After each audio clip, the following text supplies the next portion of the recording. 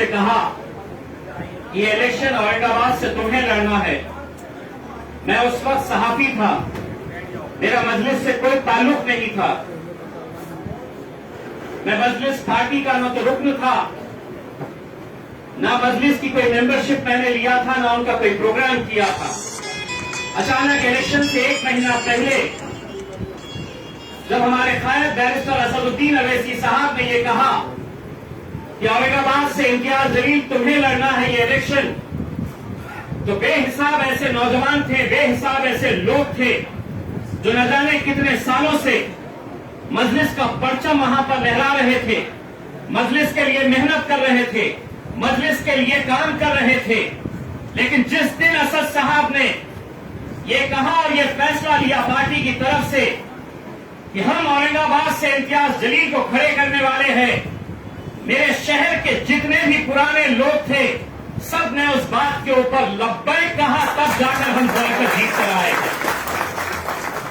मैं मानता हूं, मुझे खुशी हुई कि आज कुछ लोगों के अंदर इस बात को लेकर नाराजगी है कि हमने मजलिस के लिए इतनी मेहनत किए है। हमारी बहनों का कहना है कि हमने मजलिस के लिए इतनी मेहनत किए है। मुझे खुशी इस बात की है कि हाँ, आपको पूरा इख्तियार है कि आप हमसे सवाल करिए, आप लड़िए, क्योंकि उसी के अंदर हमको दिखकर आता है कि आपकी मोहब्बत कितनी है मजलिस से कि आज आप अपने कायदों के साथ भी आप लड़ने के लिए तैयार हैं, क्योंकि आपको मजलिस को यहां पर जिंदा रखना है। ये सही बात है। बहुत सारे लोग आज मजलिस के अंदर जुड़े हैं, अलग अलग राजनीतिक पार्टियों से आए हैं।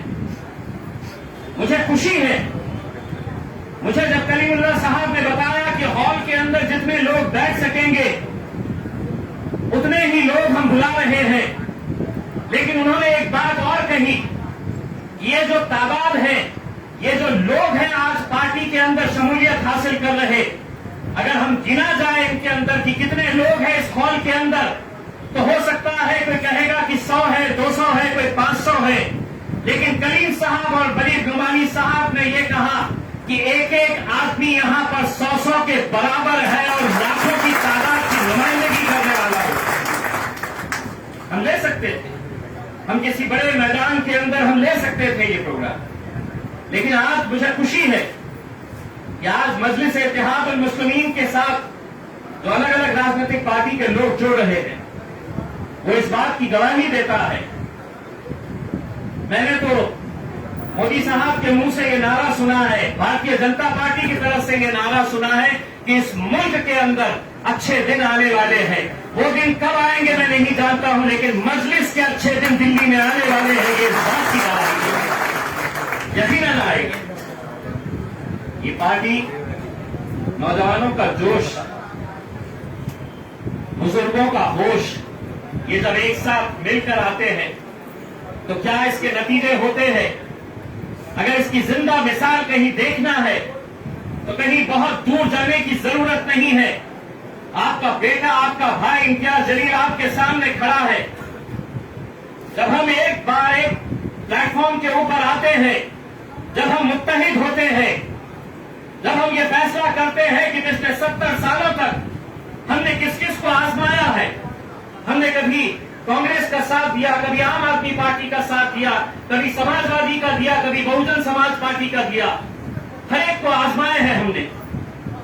लेकिन कहीं ना कहीं आपको ये बात का एहसास हो रहा होगा, हम कभी गैरों के लिए काम किया करते थे, बारातें उनकी निकलती थी, घोड़ी पर वो चढ़ा करते थे और हमारा काम ये था कि हम बारात के अंदर जाकर नाचने का काम करते थे। बस यहीं तक हमारा काम रह गया था। लेकिन अब मजलिस आई है तो मैं दिल्ली के अंदर ये ऐलान करके जा रहा हूं, मेरे कायद बैरिस्टर असदुद्दीन अवैसी साहब की तरफ से, अब दूल्हे भी हम ही बनेंगे, घोड़ी पर हम ही चढ़ेंगे, नाचने उन लोगों को बुलाएंगे जो पिछले 70 सालों से हमारा सिर्फ एक रबर स्टैंड की तरह इस्तेमाल करते आए हैं। हमारी कामयाबी के अंदर हमारी माएं और बहनों का बहुत बड़ा हाथ होता है। जब छोटे छोटे बच्चे जब अपने घरों के अंदर आते हैं, हमने देखा है कि ऐसे ऐसे लोग जो कभी सोच नहीं सकते थे कि हम कांग्रेस छोड़कर जाएंगे, हम शरद पवार साहब की पार्टी छोड़कर जाएंगे, हम आम आदमी पार्टी छोड़कर नहीं जाएंगे। आज क्या वजह है कि वो लोग भी ये सोच रहे हैं कि नहीं, हमें मजलिस का दामन थामना चाहिए। ये आप सिर्फ अपने जाती मफाद के लिए नहीं सोच रहे, ये मैं यकीन के साथ कहता हूं। आज मुल्क के जो हालात है, आज वक्त आपको ये कह रहा है कि अगर हम अब भी मुत्तहिद नहीं हुए तो न जाने आने वाला वक्त कैसा होने वाला है, या आप अच्छी तरह से समझ सकते हैं। हम देख रहे हैं कि मुल्क के अंदर कुछ भी हो जाए, मॉब लिंचिंग का मामला आ जाए, हमारा कत्लेआम हो जाए, दंगे हो जाए, एजेंसीज हमारे पीछे लगा दी जाए, कभी एटीएस को पीछे छोड़ दिया जाए हमारे, कभी ईडी को लगा दिया जाए, अलग अलग एजेंसीज का इस्तेमाल करके अगर हमें निशाना बनाया जा रहा है, तो उस वक्त जिन सियासी जमातों का हम लोग साथ देते आए हैं, बताइए ऐसे कितने नेता हैं जो उन लोगों के लिए आवाज उठाते हैं।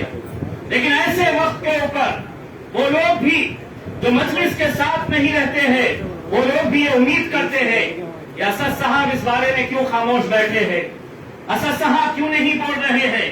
ये बात कभी अपने नेताओं से नहीं पूछे हैं, इसीलिए उन्हें ये लगा कि ये कौम का काम सिर्फ इलेक्शन के वक्त इन्हें थोड़ी सी इज्जत बख्श दो। मेरे इलेक्शन के वक्त में एक कांग्रेस के बड़े नेता ने आके कहा था, ये जो कौम है ये महज एक बिरयानी की प्लेट के अंदर दिखती है। शर्म आई थी हमें उस वक्त जब उसने इस तरह का बयान दिया था, लेकिन आज हमें यकीन है कि आज मजलिस के साथ जो लोग जुड़ रहे हैं उनके सामने सारी दौलत निछावर कर दो तुम, लेकिन उन्होंने बैरिस्टर असदुद्दीन अवैसी का काम देखकर उनके साथ जुड़ने का फैसला किया। गए वो दिन जब आप हमसे कहते थे उठो तो ये पूरे के पूरे हम उठते थे, बैठो तो हम बैठ जाते थे। अब अल्हम्दुलिल्लाह बैरिस्टर असदुद्दीन अवैसी साहब ने हमको ये सिखाया है। अगर कोई कहेगा हमसे कि उठ, तो मैं बैठे बैठे उसे ये कहूंगा कि चल बैठ।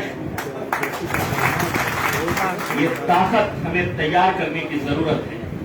अगर हम ये समझेंगे कि नहीं कुछ नहीं होता है, हम कैसे जीत सकते हैं। मैं जब एमपी का इलेक्शन लड़ रहा था मेरे भाइयों, बड़े बड़े अलग अलग पार्टी के नेता आते थे और ये कहते थे कि हो गई है सेटिंग, ले लिया है, सेना जीतने वाली है, भाजपा जीतने वाली है, या कभी कोई जीत के आ सकता है एमपी, क्या मुमकिन है एमपी जीत कर आना। 48 साल पहले 38 साल माफ करिएगा 38 साल पहले आखिरी सांसद वहां से मुसलमान चुनकर आया।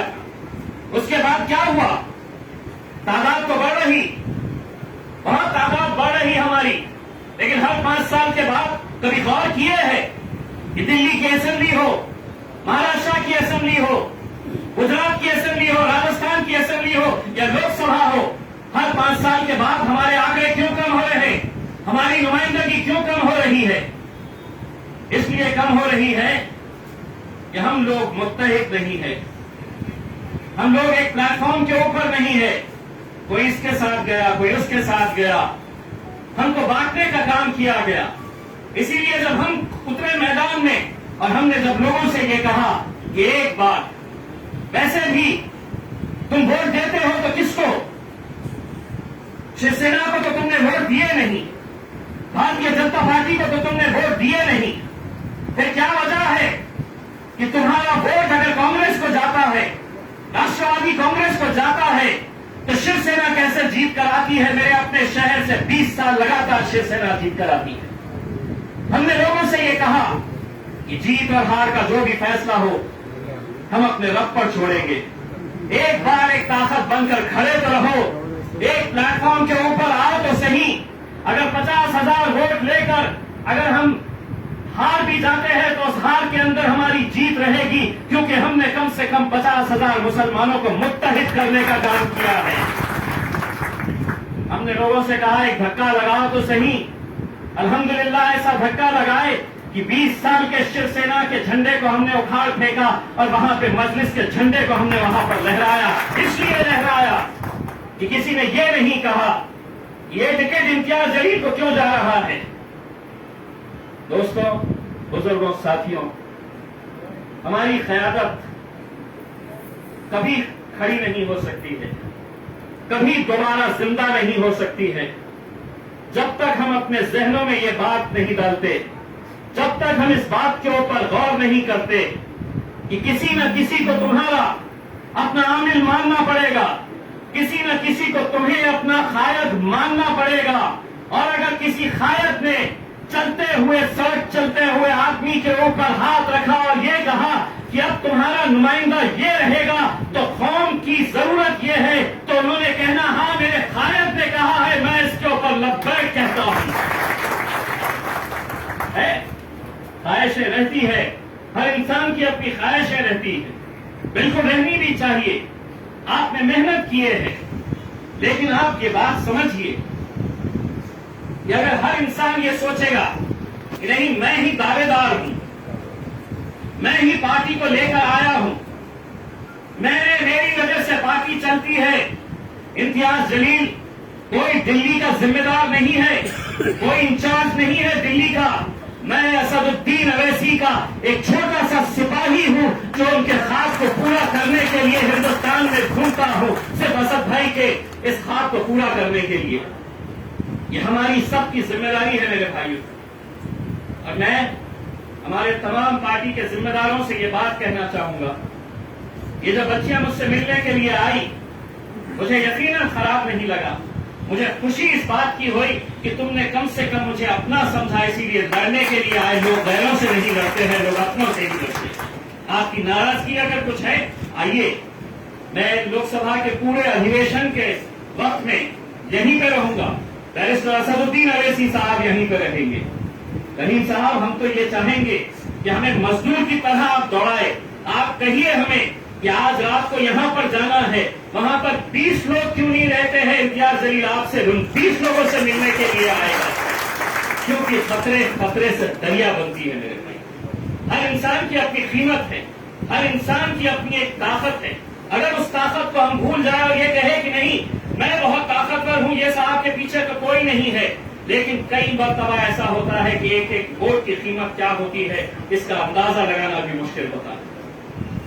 آج ہم اگر متحد رہیں گے، ایک طاقت بن کر کھڑے رہیں گے، ہمیں معلوم ہے کہ جب ایک نئی پارٹی آتی ہے تو بہت سارے لوگ، بہت ساری دوسری اسٹیبلش پارٹیاں حرکت میں آ جاتی ہے، اور ان کا مقصد یہی رہتا ہے کہ کس طرح سے یہ پارٹی کو برباد کیا جائے، ختم کیا جائے، انہیں بانٹا جائے، انہیں بکھیرا جائے تاکہ اپنی دکان چلتی رہے.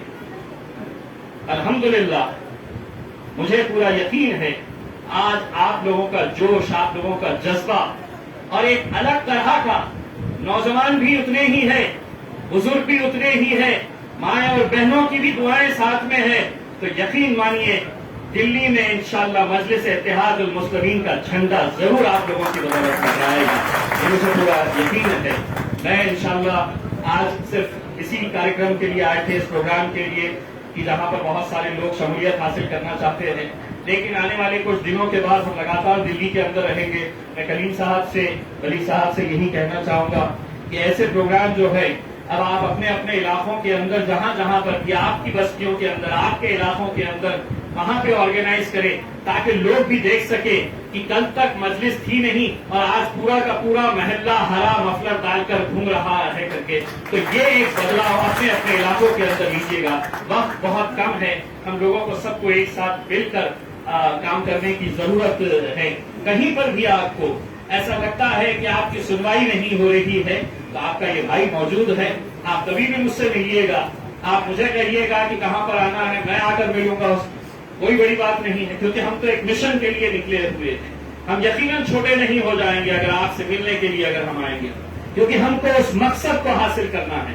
اور انشاءاللہ اس مقصد کو ہم اسی وقت حاصل کر سکتے ہیں جب ہم یہ بھول جائے کہ کون بڑا ہے کون چھوٹا ہے, کس کے پاس کیا عہدہ ہے, کس کو نظر انداز کیا جائے. سب مل کر اگر ایک طاقت بن کر آئیں گے تو انشاءاللہ ضرور مجلس یہاں پر کامیاب ہوگی. بہت وقت ہو چکا ہے, آپ لوگوں نے بہت انتظار کیا ہے. بہت بہت شکریہ. وآخر دعوانا الحمدللہ.